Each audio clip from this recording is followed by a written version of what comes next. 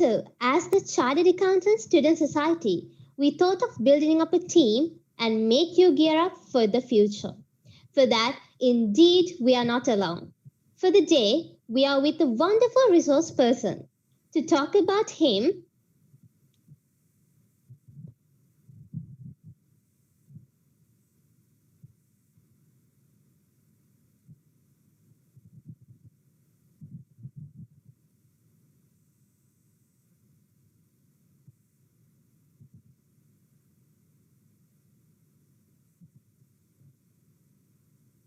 as I told you, we are not alone for this day. We have one of our kind. He is a past president of CS Student Society in 1994 to 1995. Also a chartered accountant, a chartered management accountant by profession. He is a public speaker by preference, also a speech contest winner in all categories at Toastmasters clubs, in area, division, and in district levels. He is someone who enjoys being a mentor and a coach for aspiring public speakers. So please welcome Mr. Farhaz Farouk. Thank you. Good afternoon, ma'am. Thank you so much for your very generous introduction. Let me now start. Before giving you the control, sir, please let me give a kind reminder to our viewers.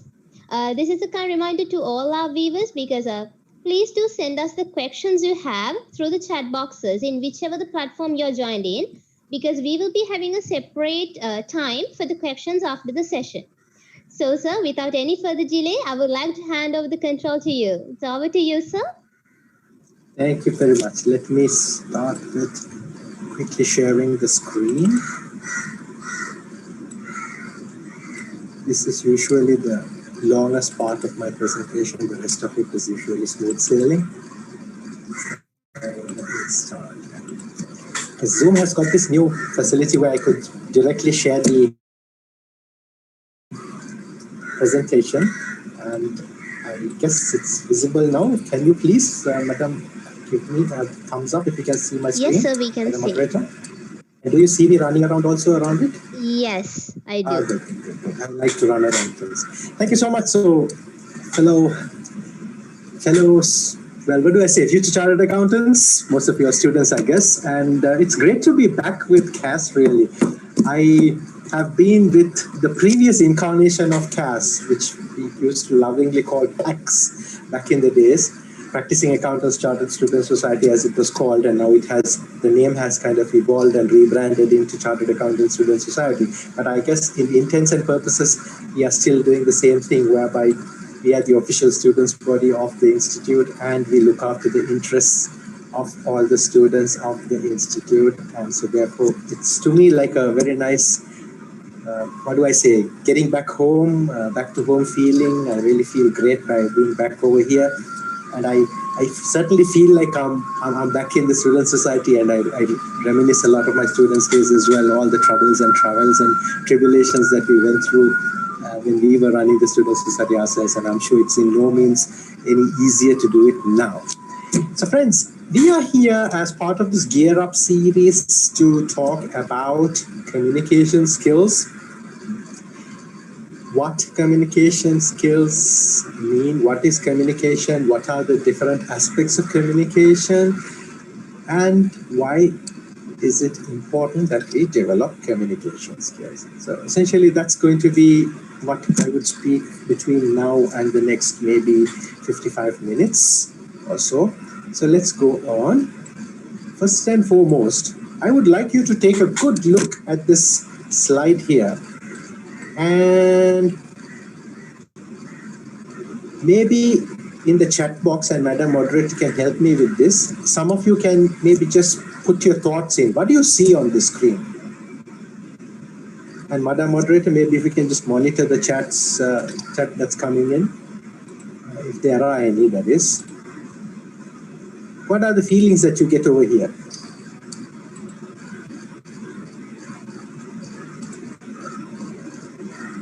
I'll just give it another 10 seconds just to see if there are any comments coming in. And by the way, I would like to have this as a interactive thing. So whenever I might just throw a question or something in, just feel free to type whatever you feel in the notes or in the Q&A or whatever. Communicate with each other. Well done. That's I can't see what your name is, but it says communicate with each other. One-way communication. Okay, great, good. I'm beginning to get something. Tiran says ways of communication. Shehara said one-way communication with a question mark. Well done. Any other thoughts before we go on? Any other? May I just see one more? Someone, anyone? Just one more thought, please. Okay. It's fine. This is good enough. Thank you so much for all those who participated, and maybe in the next question also I would like to see a bit more answers. Well done. So, all good. Evolution of communication, different types of communication, absolutely brilliant. Now we are getting it.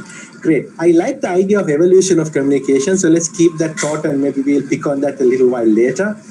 What we see over here are the different types of communication. Of course, if we look at this first bit, the thing over here, I'm right in the middle of it, is what we are used to when we were like, perhaps, I don't know about the kids these days, but back in the days when we were kids, this was a very famous little toy that we used to use. We used to have two cups and then a wire tied in between those with nails on either side, and then we can actually speak through that, and the sound effect literally carries through the wire. Of course, modern day kids have a modern day version of it, and it's called mobile phones, but it serves the same purpose, I guess. And then, but what's key about this picture is it's a communication between two individuals. What's key about this picture over here is, once again, there are two individuals, but it seems like only one of them is speaking and the other one seems to be listening, and there's a whole load of information that's flowing through. Then if we look at the third picture over here, there's a group of people, in this case 3, and it seems like they seem to be working together, interacting with each other. And if you look at the fourth picture, there's one individual speaking to a group of people, and among the group, they seem to be having minor discussions and saying things either among themselves or responding back to the person with the megaphone. So what we can see over here is different types of communications under different settings. There was one thought that said evolution of communication. I like that. And so on. So this is effectively what we see. There's I think one more that has now pass information. Okay, great, thank you. So let's get on with what exactly is communication. What is communication? What is effectively communication?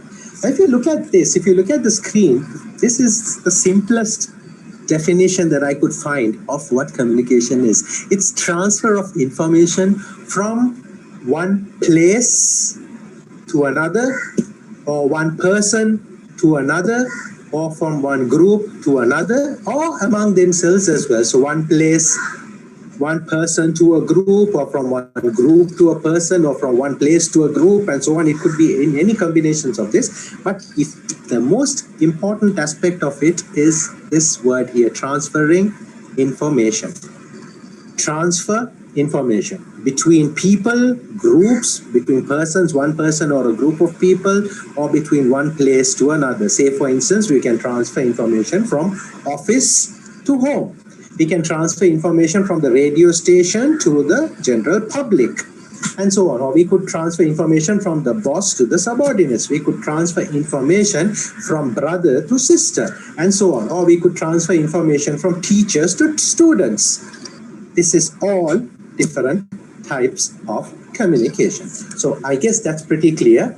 What's key over here is information has to be transferred, and there should be two parties that would receive and give the communication. So if that's the case, now it's a good time for us to look at the components of what communication involves. So once again, if you look at the definition over here, the information that is being transferred is what is called the message, and there will always be a sender and there will be a recipient. The sender could be a person, a group, or a place, and the recipient could be a person, a group, or a place. So regardless of whether it's one or many senders, one or many recipients, there is always a central message that needs to be communicated. So if we were to once again compare that with the definition that we had, transferring information from one person to a place, and again, now when we look at this these little pictures over here, it kind of all falls into place. Over here, we have a sender and we have a recipient, and whatever he's speaking, going through that is the message. There's a sender, that's the recipient, that's the message. Over here, there could be a sender either verbally or by email.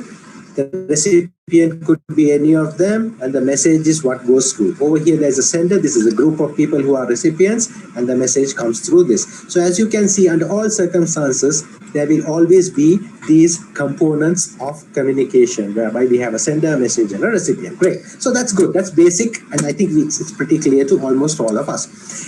Now we get to the real crux of the matter, and that is message. How does this message get transmitted? Before I get to the next slide, can you maybe think of different ways in which a message can be transmitted? Again, please feel free to type your notes down on the chat, on the Q&A. If you can, please type your notes down. The question is, how can message be transmitted from the sender to the recipient? Very quickly, just one word answers is enough if you can, please. How can message be transferred from the sender to the recipient? Come on, now that Tiran, Shehara, Sashika, Infas, Arvind have started, I'm not going to spare you guys. Oh, good, thank you, Umanda. Through email, Rishda Rizvi, phones, Atika Azhar by media. Well done, well done. Any more? Maybe one or two more answers? Okay, while those come in, let's actually go ahead and consider. Oh, there's more coming in. Well done. Thank you so much. I can see them. Malshi says through a communication media, for instance, telephone. Good. Text. Induranga Pradeep says that. Fax. Pasindu. Thank you. Rishta says newspapers. Malsha is saying emails again. Shehara meetings. Well done. Through communication media. Shamli, anonymous attendee. I'm sure you're the first one who responded. Written, verbal, expressly. Those who have not put their names will all come as anonymous attendees. So if I say anonymous attendee, there'll be about 20 people who I'm referring to, but thank you. Lalit says through any medium. Well done, Lalit. Maheshika says post media, and Pasindu and Menaka says posters and banners. Great. There seems to be a great set of answers that have come, great set of responses. And what I can tell you is you are all thinking on the right lines. You're all thinking on the correct lines. Thank you so much.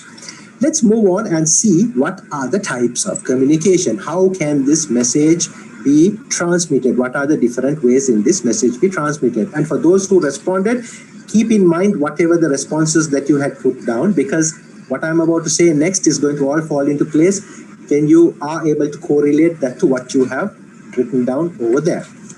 These are the types of communication. 4 types. You will either have verbal. Now, what I'm saying to you is verbal communication. Then you'll have non-verbal communication. Generally, that's the type when you do something naughty and go home and your mom gives you this look. And I'm sure all of you have savored the taste of that look when you did something naughty and your mom did that. And I know the feeling that goes through. Okay, she's not saying anything. She's giving me that stare. What's going to happen next is anybody's guess, but most likely it will involve me getting hurt. That's nonverbal, and that's the most effective nonverbal. My mom used to do this, and literally I wished I had a diaper on. The next type of communication that we have is written communication. Written communication, and there were some responses. Newspaper was there, email was there, could be in the form of memos, and then visual communication, the form of posters, flyers, name, direction boards on the highway. All of these are visual communication. So effectively, these are the 4 different types of communication. So let's take a few examples. Now, verbal communication is what I am doing to you now. This is verbal communication. Non-verbal communication could be this.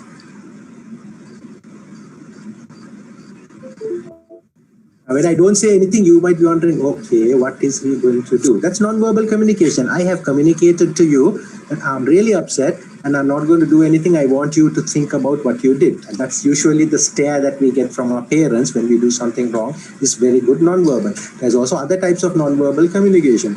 Like, say, for instance, we miss a deadline and we go into the boss and he gives you that look.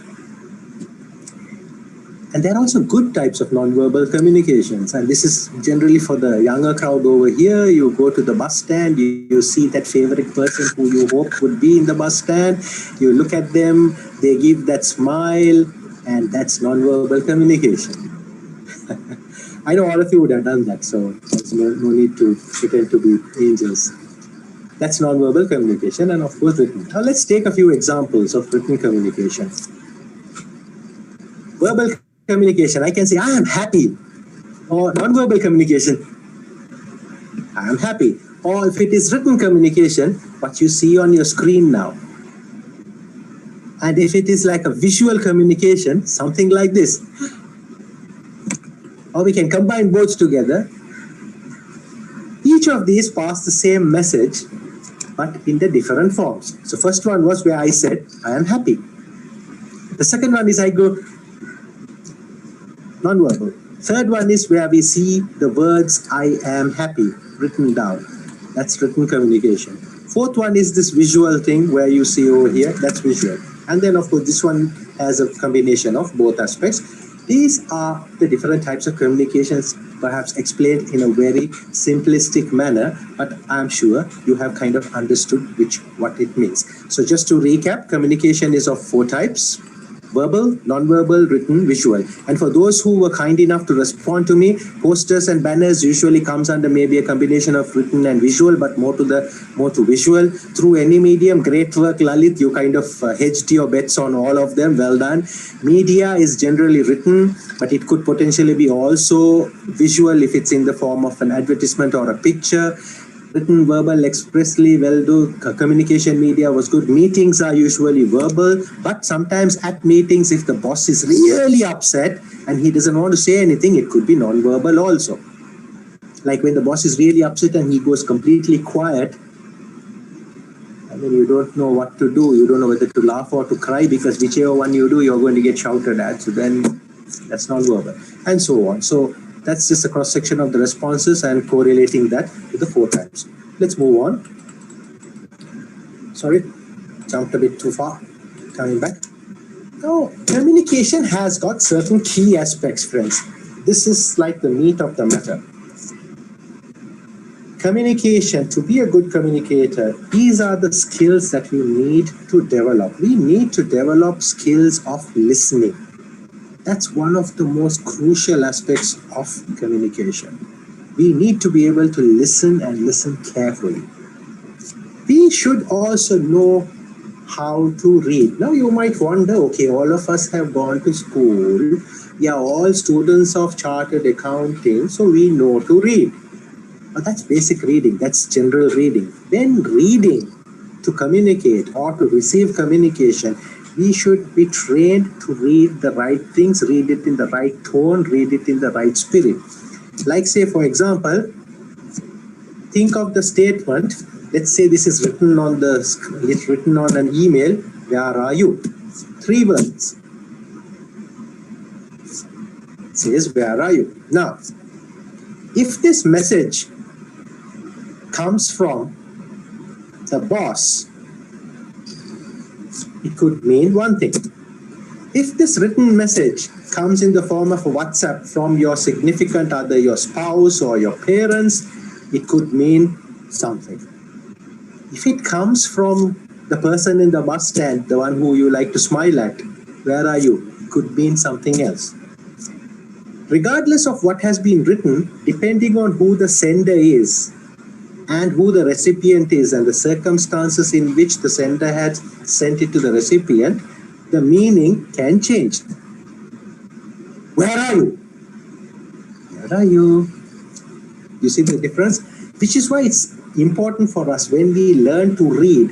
We have to learn to read with the right intonation, with the right circumstances, and with the right reference, because then only we will understand the communication. Just imagine the person at the bus stand writes, where are you?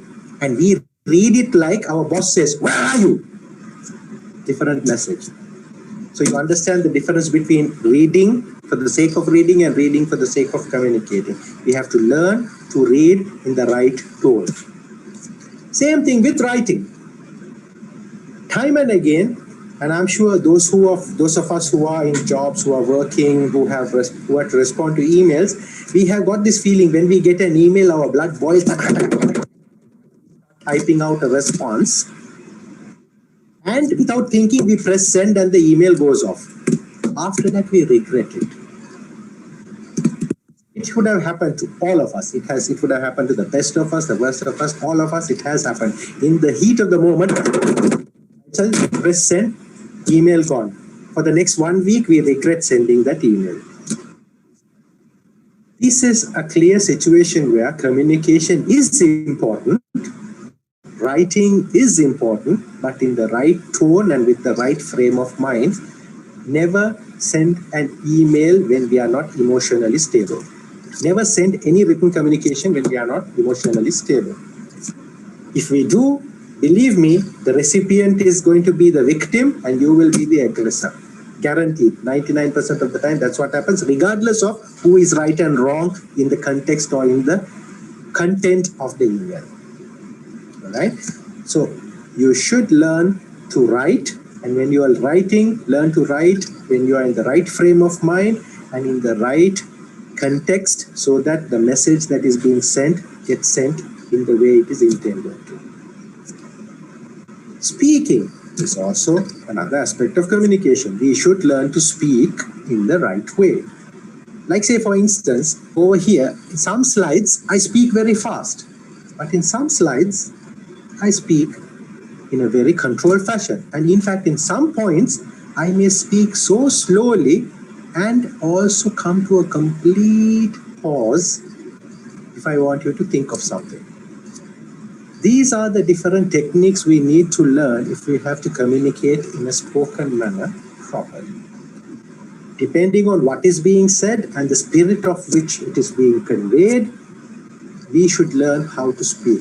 There is no point in saying, I am happy. Because it's clear that I am not happy though I'm saying the words. But there's no point saying, I am sad. Doesn't make sense. Right? So speaking has to happen in the right context and with the right tone as well if we are to pass the message. If we are talking about something really exciting and something that has happened so many years back which still has an impact on me today, I'm really excited, I'm really happy about it, I can speak really fast. If I have to talk about something that touched my heart and has left a long-lasting impression, a long-lasting lesson, then I may speak in the way I'm speaking now. And that's the difference. That's the communication. That's the difference in speaking styles I want all of you to also work on and develop. The next aspect of communication is actually understanding. We need to listen. We need to listen. We need to read. We need to write. We need to speak. All of these in an effort to gain or provide understanding. Without understanding, good communication is not possible at all, not at all possible. It's very, very difficult, almost next to impossible. We need to have understanding. And in order to understand properly, we need to develop this ability to think of what is being said, how is it being said, what are the verbal cues that you can get, what are the non-verbal cues that you can get.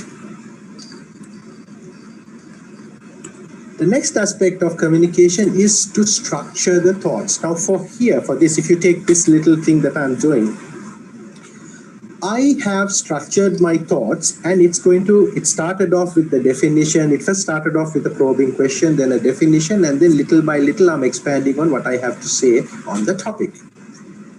At the end, hopefully, my expectation is that I'll bring all these thoughts together and leave you with some kind of a message, some kind of a value that you could use or that you could immediately apply or that you could develop over a period of time. That's what structuring the thought means. And the same way with any phone call. It could be a 30 seconds phone call. It could be a 10, 20 minutes phone call. The thought should be structured. It could be a little presentation that we are doing to our team, that we are doing to our bosses, that we are doing to a client. Thoughts have to be structured.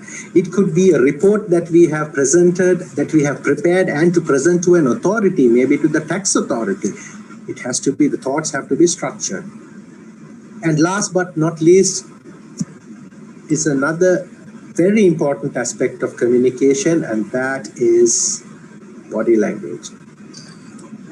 They say a significant part of communication actually is not the spoken word or the written word, but the tone and content. And when we are when we are speaking to somebody face to face, it's the body language that completely reflects what we are trying to say.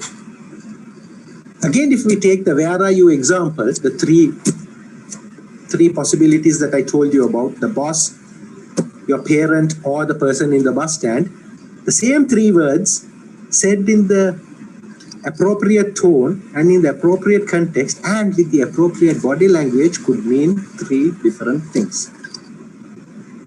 Like the person in the bus stand is going to have a seriously nice body language, if you know what I mean. The boss is going to probably have a slightly more authoritative, a slightly more probing, questioning, where are you?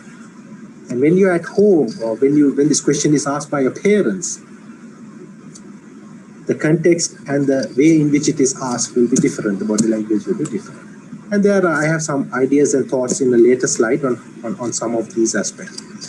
So far, just to recap, the key aspects of communication are listening, reading, writing, speaking, understanding, thinking, structuring thoughts, and body language. Now, of course, I have about an hour to do the whole thing. So what I did was I picked on certain important aspects of this. So I am going to talk to you about listening, definitely, because I believe listening is a very important aspect of communication, and I will definitely speak to you about body language because that is also a very important aspect of communication. Then I will leave you with some thoughts on the different types of communication, and I will definitely speak to you about body language because that is also a very important aspect of communication. Then I will leave you with some thoughts on the different types of communication, and I will definitely speak to you about body language because that is also very important. I will leave you with important. Then I will leave you with some thoughts on the different types of communication, and I will definitely speak to you about body language because some of the answers I will leave you with. Then I will lead you to some people and to things I thought listening is a key skill. There is a reason we are born with one mouth and ears. This is cliche, but I'm going to tell this to you anyway. There is a very good reason for this. The reason is because we should hear more and more so to say. But I believe, yes, we should hear more talk. We should learn to listen with the right ear, pick the right messages, pick the right phones, pick the right sounds. I believe, yes, we should use this as a key skill that we learn to develop. In doing this, I would like you to understand the three types. There are different types of listening. We could listen to. In doing this, I would like to get into the shoes of the person who's talking to us.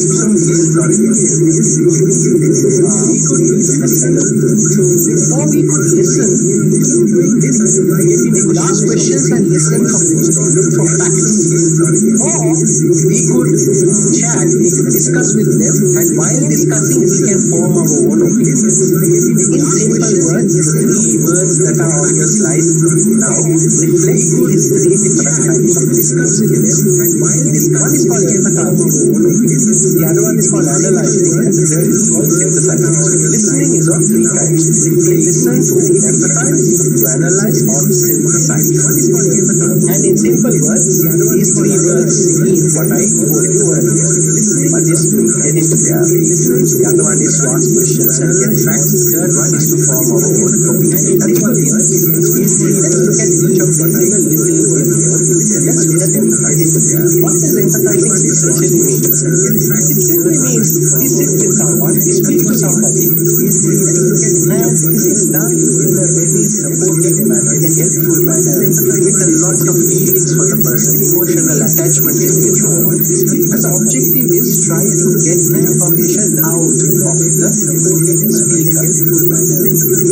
This is generally done by maybe say psychologists psychologists, counselors, maybe this can be done by bosses who are listening to the grievances of their employees. This could be done by service provider listening to a complaint of the customer. This could be done by a company that is dealing with not so happy customer, not so happy counterparty, not so happy about, and in the terms of you of us accountants, perhaps we have a supplier who has not been paid for such a long time, and that guy's business is almost going bankrupt because of our delay in payments.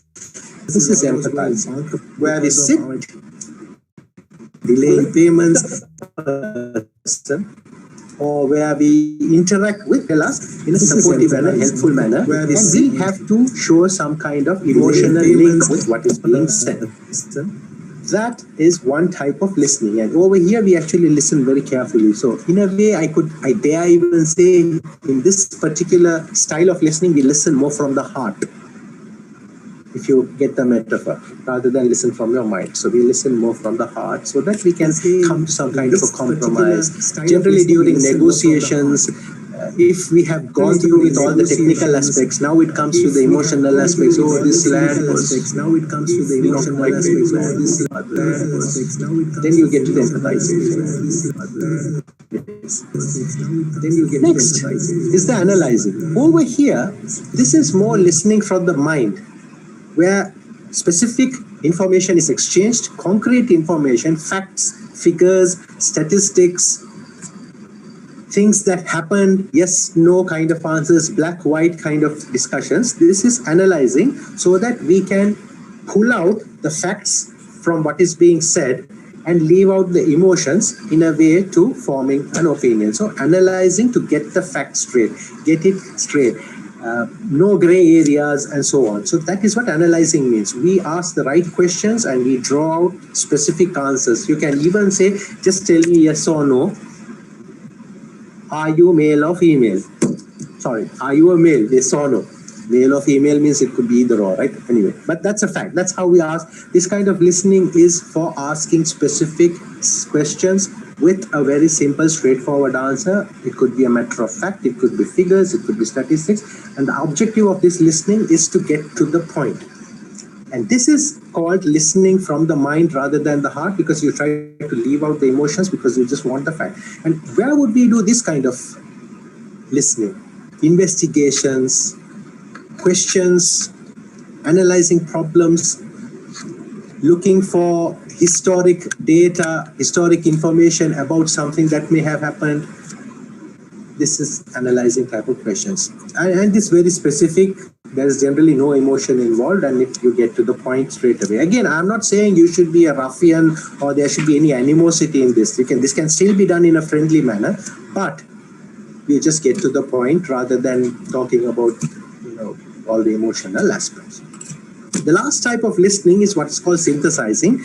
Over here, what happens is there are no direct questions. Are you male or female or whatever? You just start asking, okay, so what colors do you like? I like blue. Okay, then you think, oh, this guy must be a male. But what color do you like? I like pink. Then you okay, this is most likely not a male. It could be potentially a female because pink is a female color. I'm not trying to stereotype. Please don't get me wrong. I'm just using a stupid example to drive home what synthesizing means. You ask questions, and based on the responses received, you make up your own mind on what the response should be. So you synthesize, you manufacture the message based on the responses being given. That is what synthesize means. And I just used a very silly example just to explain this point in a very simplistic manner. So that's what synthesizing means. And listening is of these three types. So just to recap again, empathizing, where we actually put ourselves in the shoes of the person who's speaking, so we get emotionally attached to that person. Secondly is analyzing, where we would ask questions and we are only interested in the facts and figures, and we'll try to leave the emotions out. And the third one is where we cannot ask direct questions and get direct answers, so we ask a whole load of questions, we ask a whole load of ideas, we are exchanged, and based on that we form our own opinion, and that's called synthesizing. A bit like auditors, I guess, when we express our opinion on the financial statements, but hey, that's a story for a different day. So friends, those are the three different types of listening. So that's one aspect of communication that I wanted to cover. Let me quickly get to the different types of communication, the different styles of communication, not types, the different styles of communication. And then once we get to the final stretch, the last 100 meters, we could talk about the body language aspects, and that should very nicely get us to a good wrap-up point. So let me look at the different styles. Communication is of generally 4 different types. Again, don't take what I have written over here as only 4. If you read some other writer or some other theorists, you may find they use different words for it. But in general, communication is of 4 different types. And the 4 types are what we see on our screen now. One is, of course, you have what's called direct communication. The other one is what's called an initiating style of communication, then supportive style of communication, and analytical. You should remember the 3 types of listening when we look at each of these types of styles of communication, because you will then start finding a link between the type of listening, the style of listening, to the different style of communication as well. I'm sure just by looking at the screen, you should be already forming your mind. Obviously, if you are listening to analyze, you will adopt an analytical type of questioning. You could even be adopting an initiating type of questioning. If you are looking more at the empathizing type of listening, you will probably be a more supportive communicator, and so on. So you will find that little link building up in your minds now as we go through the different styles of communication. Right? So just to start off, we have 4 styles: direct, initiating, supportive, and analytical. Let me get out of the way and let's move on to the next slide. So in the direct style of communication, essentially over here, there is no hanky-panky. Ask straight questions, get straight answers. That's it. It's as simple as that. Tell me yes or no. Did you do it or didn't you do it? Did you come late or did you come early? Have you turned up? How many days of leave have you taken during this month? These are direct questions. And these are focused and generally very results oriented. Have you achieved the target? You were told to bring in sales of 1 million rupees. How much have you brought this month?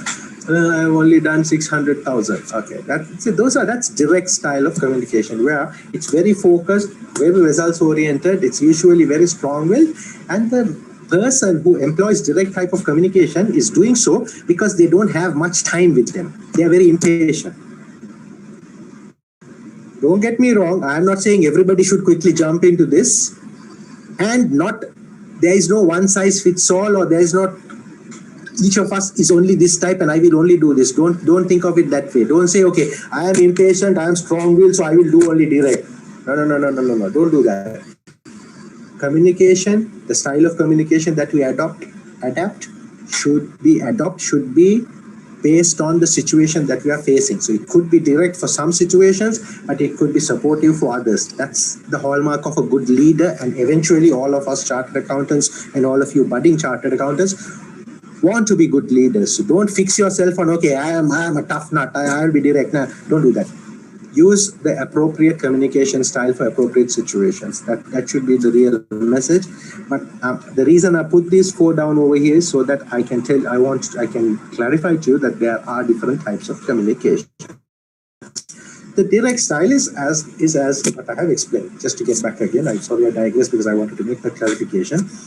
Decisive, very independent, very confident. You are focused. You need results, you need a yes-no answer, and generally this is done when there is not enough time to spend on being nice, so to speak. So that's what the direct style is all about. Then you have what's called an initiating style. This is more friendly type of communication. Lots of people have this style of communication, especially when they meet someone for the first time. And how and why is this important for us chartered accountants is because we will meet new people all the time.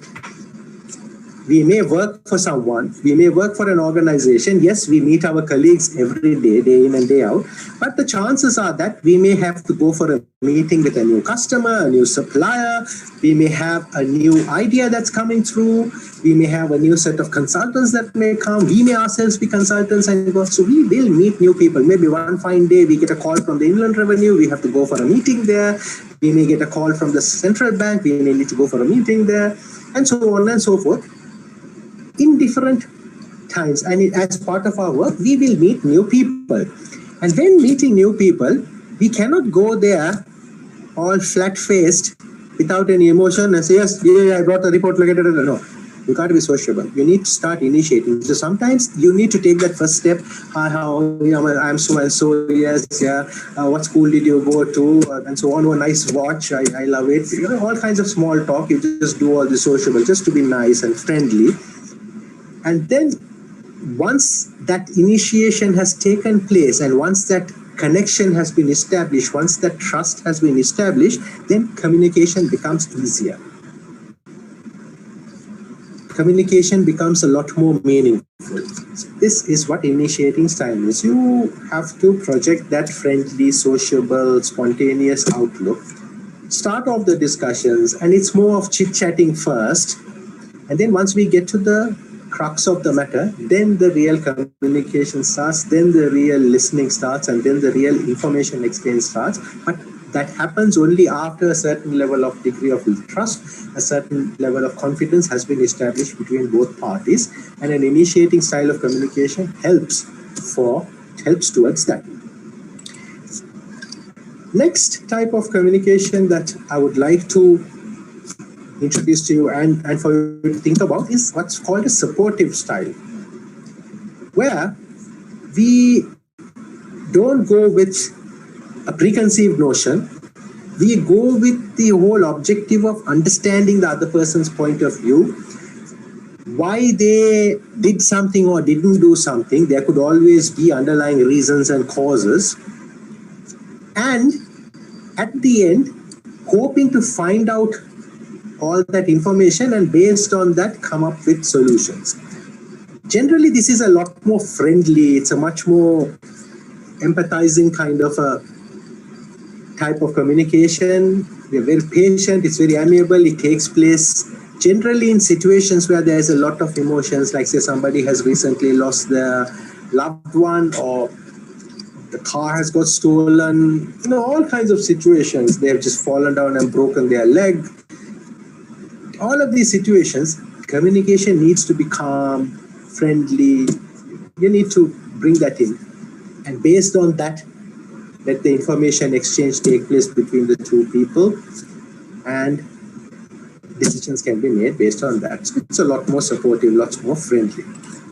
Moving on, the last but not least is the analytical type of communication. It's precise, it's very logical, questions, yes, no. What is your name? You give your answer. Do you have a driving license? No. Then why are you driving? I'm sorry, my friend was drunk and he was trying to drive home.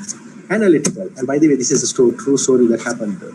Like there was a friend of mine who went to a party in his car, and then he got to a stage where he couldn't drive, but the poor guy was trying to drive home, so we had to steal his car keys, and then I didn't have a license and I ended up getting caught. But that's a funny story. But I got a good police officer who understood the situation, and he didn't fine me that much. He said, "You're doing a good thing, so I don't want to charge you too much." But he gave me a set of conditions, and on that basis, he wrote the charge sheet and gave it to me. But hey, sorry, coming back to this, when I come to CAS, I remember all these old stories. Anyway, coming back to this, questions are straightforward. Yes, no type of questions, and it's systematic, and generally it's done with a view to trying to get to the point as soon as possible. And generally it is done from people with authority towards people who are subordinate to them, or people like, say, for instance, the police officers or, our regulators or whatever. They will ask direct questions and so on. And again, this is a type of communication that's very precise, very exact, and has its uses and has situations in which it can be used and should be used. Okay, so once again, just to recap, there are 4 types of communication, 4 styles of communication. We have direct, initiating, supportive, and analytical. And let me reiterate what I told earlier. Do not fixate yourself on one style and say, oh, I am very friendly, so I will only do the supportive style of... No, don't do that. Don't fixate yourself to one. Know all of them. Know the different styles of communication. Know the pros and cons of each of them, and learn which one should be adopted under what circumstances. That is the real skill that you need to develop. So, to recap in very simple terms, know that there are different styles of communication. Each of them has pros and cons. Learn the pros and cons, learn the styles, and you should, by experience, figure out which type to adopt under what circumstances. Okay, so that's good. And last but not least, I said I will touch on body language. And this is a very important aspect of communication. This is what we call the non-verbal communication. And there are some very interesting statistics that I saw once upon a time. When someone writes an email, that's only like about 10-12% of effective communication, because all you see is a bunch of letters. If someone picks the phone up and speaks to you and communicates, you listen to a voice, so you are able to, first of all, note what words were said, and also listen to the tone of the voice, the way it was said, the pace at it was said. So therefore, the quality of communication actually increases rather than just a written form.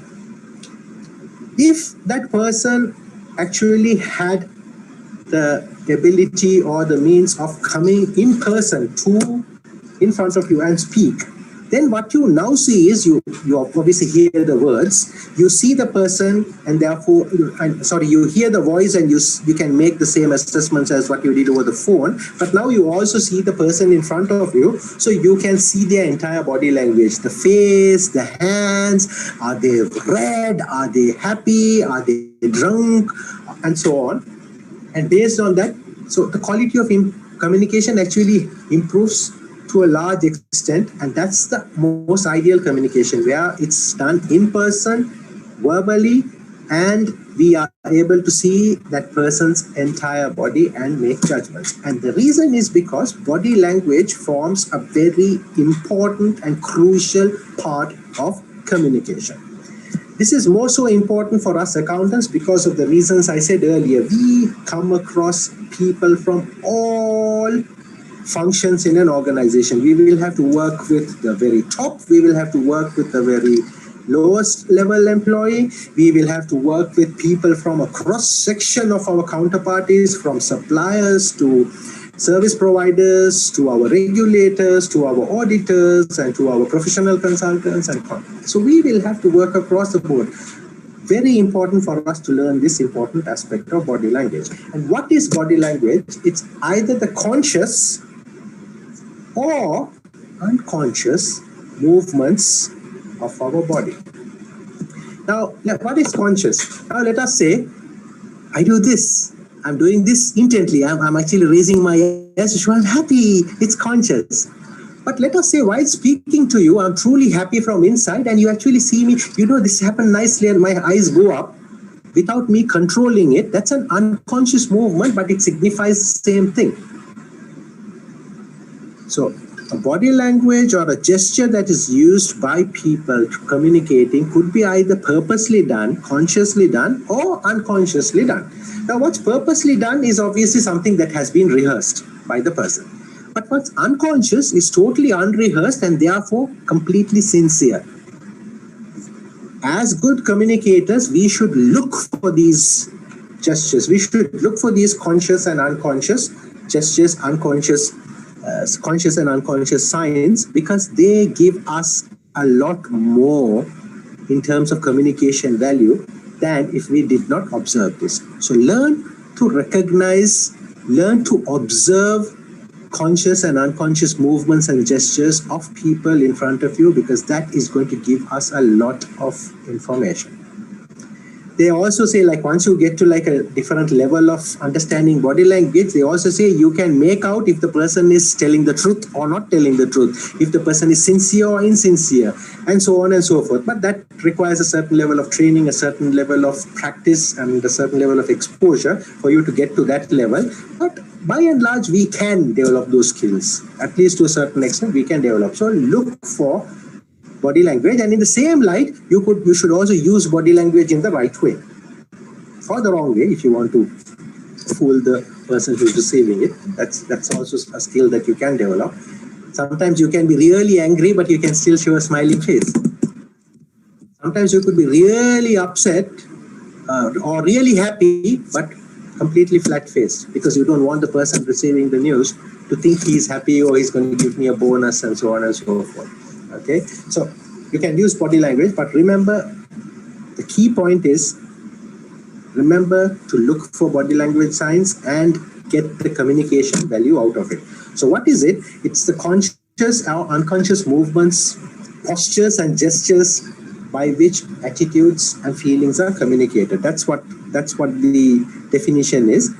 So conscious, unconscious, and it could be movements, postures, gestures, and so on. And as we go, and what the point I was trying to say is, learn to pick on the right body language clues and cues so that you can use it for full communication value, and that's the skill you really need to develop. Now let me show you a few pictures, and we can once again ask a few questions.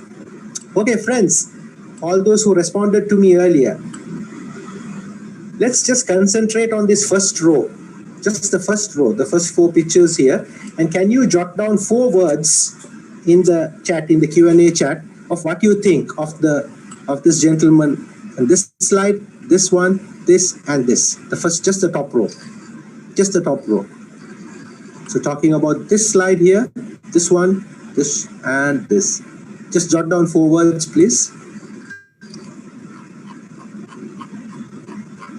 And while you're thinking about it, I'm going to look through the Q&A responses.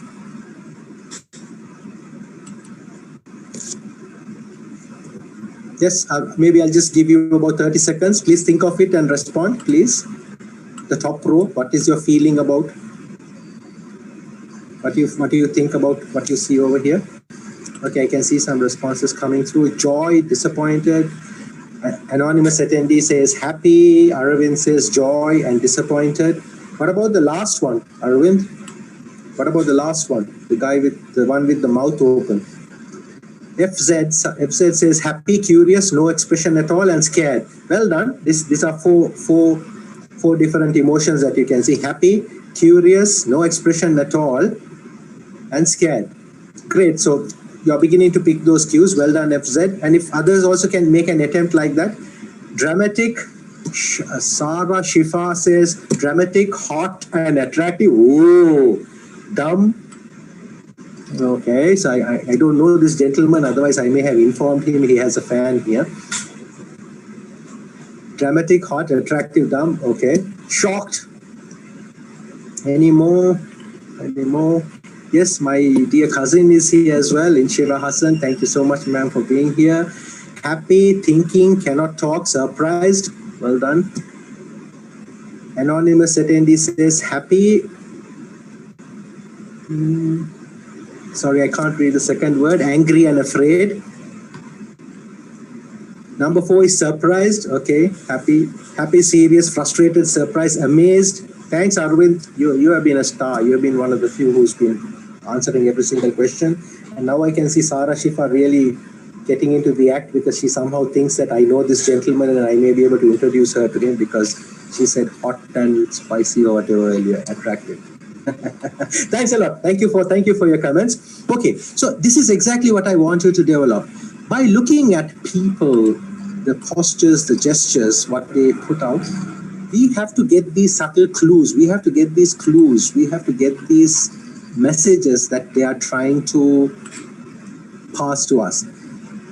So same way, if we just look through the next few sets of pictures. Again, I don't want you to start writing it. Just think of what is the feeling that you get. No need to put responses, no need, because I think we got the idea. Each of them shows a different message. Even though we can't hear a word this gentleman says, he isn't saying anything at all, but just by looking at these pictures, these are non-verbal visual cues for us to get answers or get to know what is happening and what is trying to be said. Exclamation is the last. Thank you, Arvind.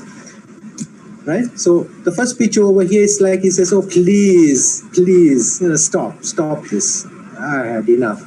This one is also another way of saying please, I need that 1 mark to pass, otherwise I need to do this exam in 6 months time. I said that a few times when I started studying. This one is really, and happiness over here, but in a curious way. It's not like a complete happiness, because complete happiness is this picture over here. This one is like, yeah, I like what you say, can you say more? Because there's a bit of a thought process going on, because there's a touching of chin happening, and so on. So great. So you get the general idea. Body language, understanding the cues is important, and this is an important skill I want each and every one of you to start working on immediately, because that tells us a lot about what is being said. Especially these days, end of the year, when the appraisal meetings are taking place with your respective superiors, you need to look for the superior's body language, because based on that you may know, am I going to get that little bit of extra money, or am I going to get nothing? Right, so moving on, another set of pictures. This is a little bit more, a few more pictures and a lot more emotions being shown over here. Sorry, I can't hear you. Well done, perfect, he says. Ooh. Are you sure you're telling me the truth? So different types of messages, as you can see, and so on. So get the messages from these cues, and that's the importance of body language, my dear friends. This summarizes what we have seen. These are just a cross-section of feelings, cross-section of messages we get when we look at body language. Are they listening? Are they paying attention? Emphasizing on something, thinking? Are they uncertain, surprised, fear, happy, not happy, angry, and so on? Like say, for example, you're talking to somebody, something very important, and what you can see is that person is looking at the phone and busy looking somewhere else. What does that tell you? They're not paying attention. They just want you to say whatever it is you're saying and get out, because they're not paying attention to you. They're just busy elsewhere. Oh, Malshi Shamika has sent me an invite on LinkedIn. I must go and accept that. They are worried about something else and not what is being discussed. See? So look for this. And the reason is because if you feel that the message that you are communicating is not being accepted or not being received in the right way based on the body language, you know that you have not succeeded this time. So you need to come back in an hour, in another 2 hours, tomorrow perhaps, and say the message, pass the message again. The last thing you need to do is to say something. From the body language, it's clear the message has not been understood. Wait for 1 week. And then go and say, hey, I remember I told you something last week and that I didn't get a response for that. So, oh, really? Did you tell me? I didn't know, because I was looking at my messages on how many people have invited me on LinkedIn. See, it may have just gone through their heads and they may have not really understood. So pay attention to body language. It is a very important aspect. How does body language take place? How do you employ body language, and what are the body language cues to take from them? It happens in different ways. It could be by posture, position. Like say, let me talk about posture. If I were to talk about posture, now say if you are into a person, you really want to listen to what they say. Generally, you will find that the person has got a little bit closer. They are leaning forward, listening to you, nodding their head. That's body posture. But if you find that, okay, you say what you want to say, and I'm just going to sit here and relax. And you find that the head is all shaking around. They're looking there and there. This is negative body posture. Somebody's talking, saying something important, and you go This is aggressive body posture. Completely closed everything out. I'm not listening to you. You can say what you want, but I'm just standing, sticking by my guns. I'm just standing by what I said. So body posture is a cue to look for. Body positioning. Are they closer to you? Are they far away? Are they looking here and there? These are all. Facial expressions give out a lot. Look for those subtle signs. Are they maintaining eye contact? Are they looking here and there? Do they seem interested, or do they seem, oh, come on, can you please finish this and go, because I have to catch the latest episode of whatever the favorite TV series is. You need to look for all of these friends, because that is how effective and complete communication takes place. So just to summarize, if you remember from that previous slide, there are different aspects of communication: listening, reading. I'm just looking through my other screen just to get to that, so I don't miss anything important. Yeah, so listening, reading, writing, speaking, understanding, thinking, structuring your thoughts, and body language. These are the different aspects of communication. I've been into listening in a bit of a detail, body language, spent a bit of time, and the different styles of communication we went through. Of course, this is not all that is of communication. There's a lot more, but within the time available, I tried to bring in what I felt was most important to pass you some ideas about communication and to tell you of what skills you need to start developing on an immediate basis and in a more structured basis as you go along. And so, friends, I think that is probably adequate for now. Let me just again go back to that first slide that I started off with. Why is it all important? Again, I'm not going to ask you the same question, what do you see over here? All I'm going to say is all of us are professionals. Most likely we will either be working in organizations or working for others, or indeed we become entrepreneurs and we will work for ourselves. Either way, communication is an important part of what we do. Most of our job is about communicating. In fact, if you think of an accountant's job, it is communicating the performance of an organization to the reader. And we need to do that in the most effective manner. We need to we need to interact with regulators, we need to interact with the auditors, with our suppliers, customers, other counterparties, investors, shareholders. All of this involves different types of communication. Communication is of different types. Don't fix yourself on one of the styles of communication. Learn each of them and adopt them. Adapt them to your style and adopt them in different circumstances as appropriate. Learn to be a good listener. There are 3 types of listening: empathizing, analyzing, and synthesizing. Figure out which one is best for what situation.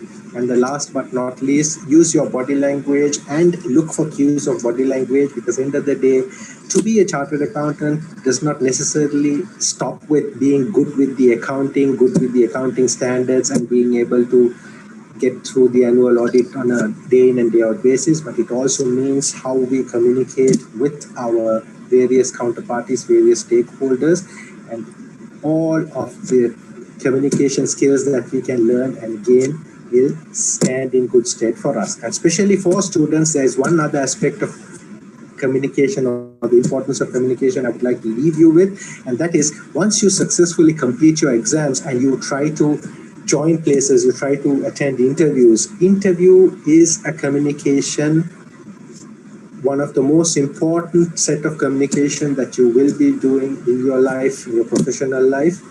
And having the right skills, being able to listen to the question properly, being able to understand that question properly, and responding in a short, structured, and concise manner will make sure that you stand out against all the other candidates who have come for the same thing. So learn to develop your communication skills. I cannot emphasize this any more than what I have done, emphasize on this. With that, I would close the session. Thank you so much, Inshira. Thank you for your comment. Very informative. God bless you too, ma'am. That's my cousin. Thank you. I will now hand over control back to our Madam Moderator. Over to you. Let me stop sharing my screen. Thank you so much for that wonderful session, sir, because I never knew that the words that we speak have that much of deep thing. And I hope all our viewers got the lesson from you. And I would like to give a kind reminder to all the viewers because we can spare a few more minutes for the questions that you have. One question that I have received, sir, is like, do we have any specific body language for professionals? Maybe the question is related to for facing an interview or maybe talking to a boss. Do you have an answer for that, sir? Yeah, see, there is no one single answer. The answer is yes, you need to have body language. You need to use body language in how you communicate. But which one to use depends on what you're saying. Say, for instance, if your boss calls you and says, "Hey, Farhaz, you have been really working hard, so I decided to give you 12-month salary bonus." I'll go, "Really?" That's body language. But on the other hand, he calls me in and says, "Hey, Farhaz, I found that you have written out a check for 2 million rupees and sent it out to your own personal account." You see what I mean? Yeah. Body language as a concept is important, but which one do you use depends on what is being discussed. Use the right one. Now, if my boss says that I have written out a check for 2 million rupees and sent it to my account and I go,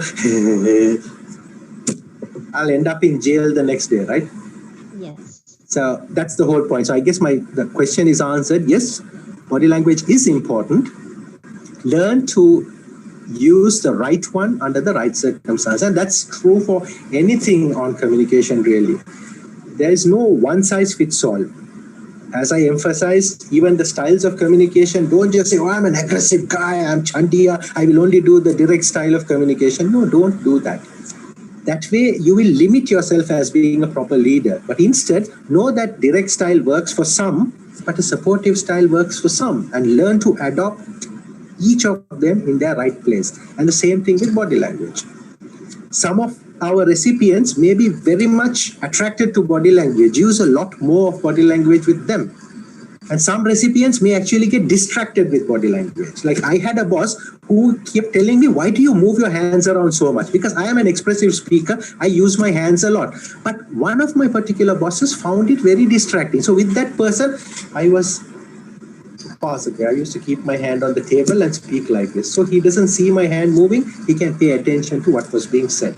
So know who you're talking to and use the appropriate body language. But the simple answer to that particular question is yes, it is important, but use it appropriately.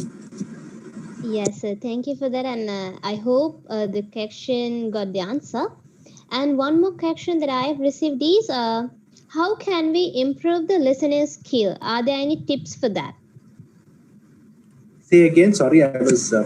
I was distracted. I was looking at some of the questions that kind of thing. Sorry about that. I sincerely apologize. No worries, sir. How can we improve our listening skills? Any tips for improving that? Certainly. Tips for improving listening skills. There's no simple way to do this. You have to listen. You have to continue to listen. And why do I say that? Let me take an example of sports. Even though I have gray hair, up until February this year, I used to live in another country in Bahrain, and I was still playing rugby. And even though people may think, "You have gray hair, you must be an old man." Yes, I still played it.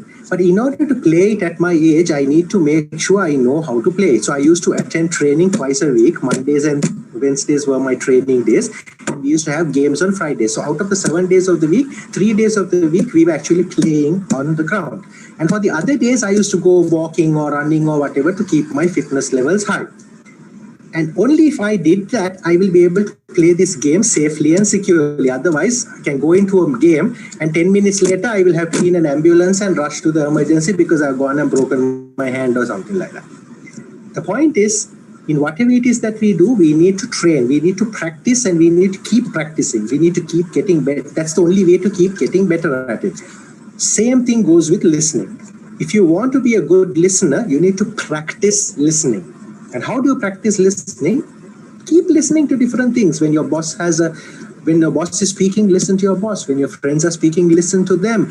When your that person in the bus stand is speaking, listen to them. Each of these deals with a different type of listening, and that's the way to develop it.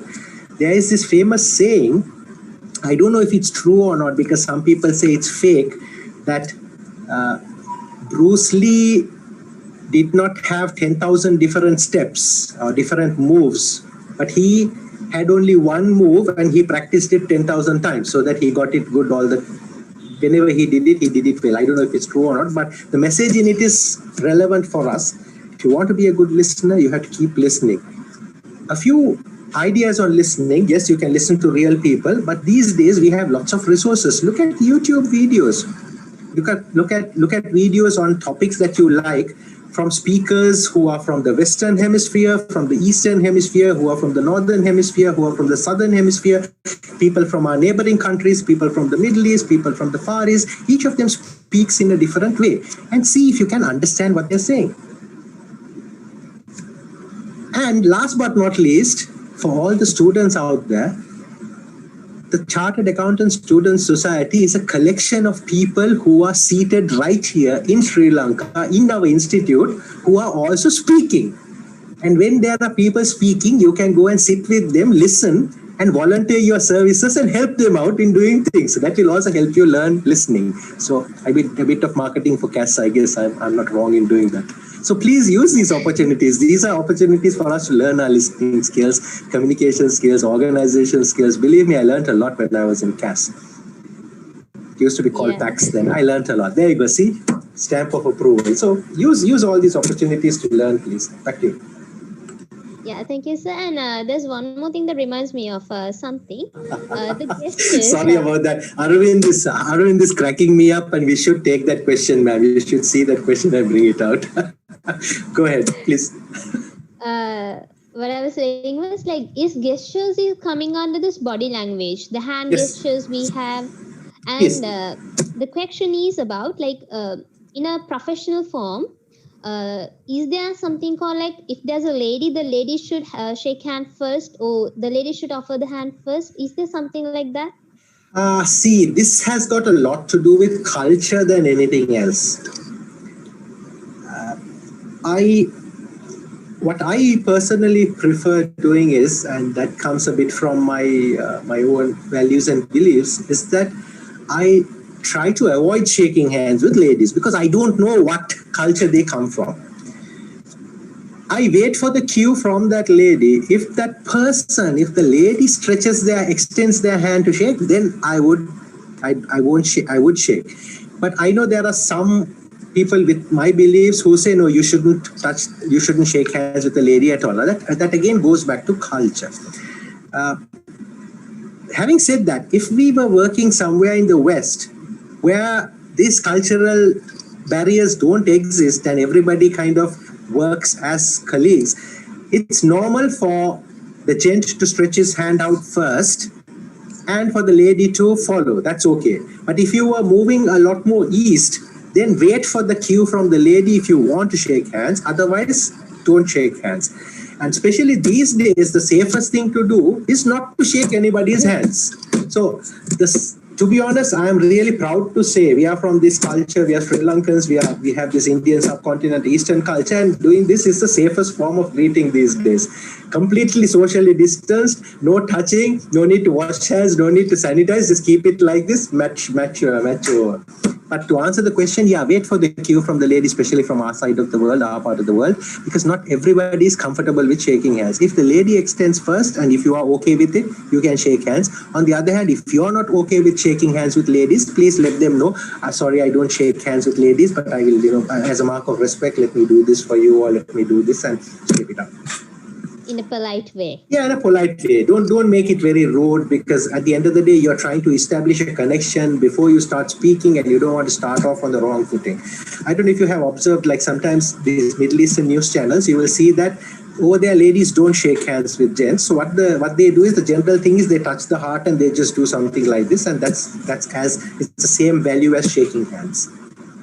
Yeah, know what the culture is in the place where you're working and adopt and follow that accordingly.